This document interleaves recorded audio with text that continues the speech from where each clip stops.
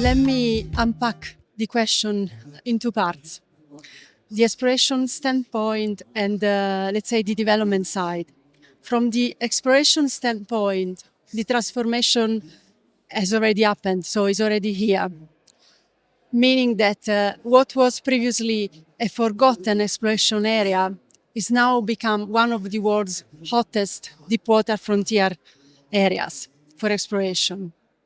And actually there is more, because the discoveries in Namibia, in the Orange Basin, had an impact that goes beyond Namibian borders, because these discoveries have shattered conventional geological models. They have proved the ultra-deepwater areas as viable for exploration, and more, they have actually also demonstrated that there is still huge potential in the Cretaceous play in West Africa deepwater.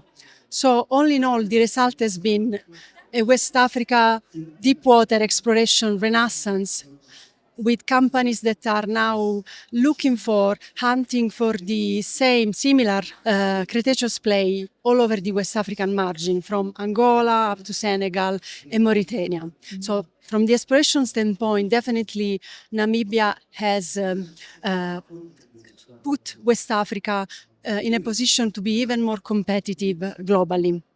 From the development side, we are watching a potentially game-changing story unfold.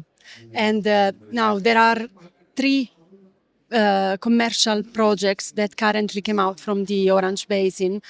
And it's true that we still need to see the development timeline, and the ultimate success, let's say, is still to be proven.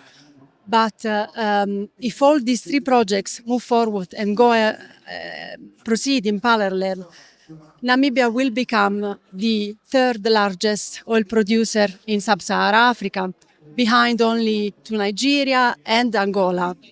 And this, of course, will be transformational not only for Namibia, but for the entire region.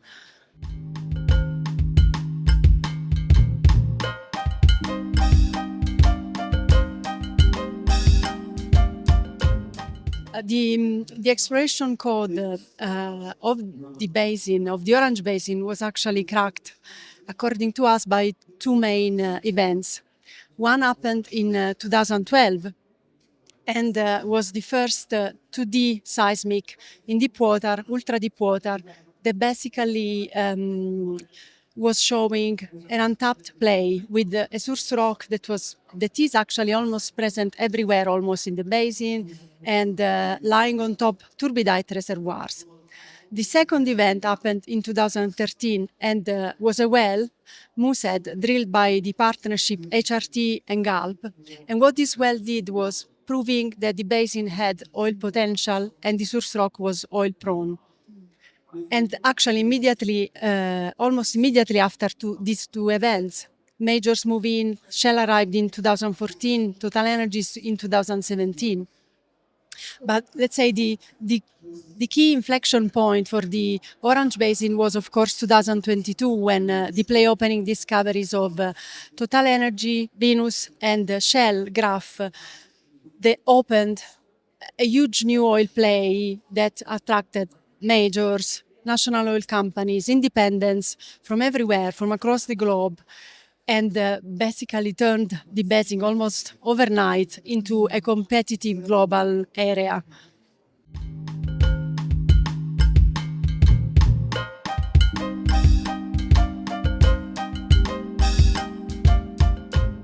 The impact, because so what we have learned from the wells that have been drilled so far is that there is one factor that determines the well level outcome and the commercial success.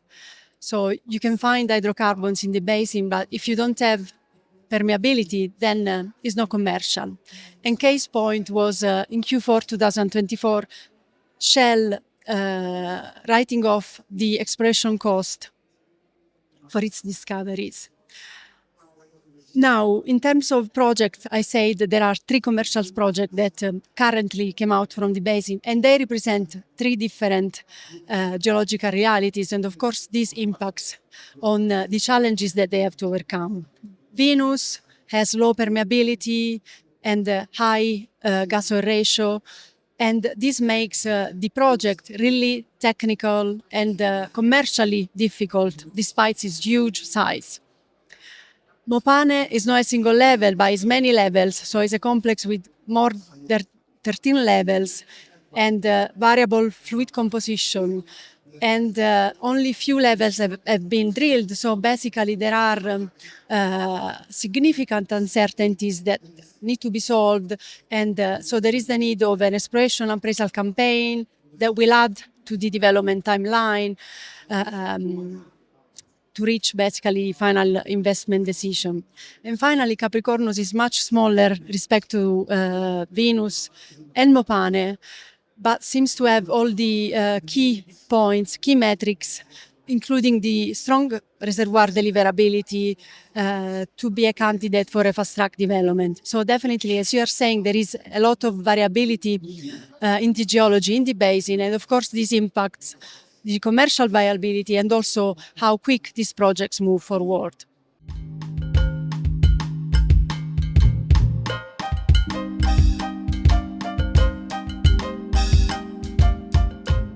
There are three main critical hurdles. So the first one is the ultra deep water technical challenge. Venus, we have heard many times today, sits in 3,000 meters of water depth and is among the deepest deep water project globally. Mopane and Capricornus sits between 2,000 and 1,500 meters of water depth. So all in all, you have extreme water depth that impacts, of course, and creates engineering challenging.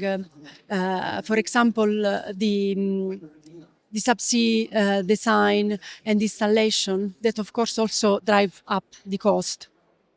The second main challenge is related to the reservoir characteristics and the fluid composition. So if we take, for example, Venus, that is more mature one of the projects, it has low permeability, and this means that you need to drill more wells to achieve the same production. It has also high gas oil ratio, and this means that as soon as you start producing your oil, you will start producing also the associated gas. So you need to manage this gas. And there is gas injection in the plan, reinjection in the reservoir. So you need to have gas handling facilities on the FPSO, gas injection lines, gas injection wells, and of course this again impacts and drives up the cost. The third hurdle is the infrastructure gap, because in Namibia there is no currently oil and gas production, and there is no oil and gas infrastructure. So, for example, the ports are currently used for fishing, for leisure, for basic cargoes, and they are not at the capacity required for big oil projects. And that is where a big hurdle lies. So, summarizing, basically, since there are majors behind these projects, majors have the technical and, let's say, financial capability to overcome the first two challenges, the ultra deep water challenge and the reservoir fluid composition challenge. But at the same time, there is an onshore infrastructure transformation that needs to happen in parallel with these offshore projects. And this is where a real hurdle lies.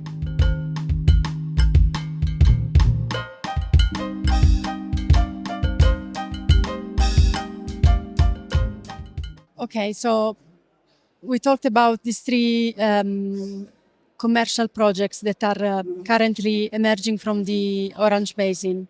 And long-term success would mean that these three projects proceed in parallel. So you will have three operational FPSOs that proceed in parallel. And this also will be a really big achievement, technical and logistical achievement, but at the same time will mean that the onshore infrastructure transformation will keep up with what's happening in the offshore development. From the gas side, long-term success means that there will be a clear gas master plan and clear gas legislation in place that basically will create the framework to start thinking about full field development and also monetization of all the associated gas that this discovery contains, creating basically the optionality for a domestic market gas to power project or potentially LNG export. And let's say that basically, ultimately, the long-term success means that Namibia becomes a regional energy player and will have the infrastructure, the expertise, and the investment climate that attracts and sustains the exploration, the development activity, and basically can turn this moment that we're living now in a long-lasting economic transformation.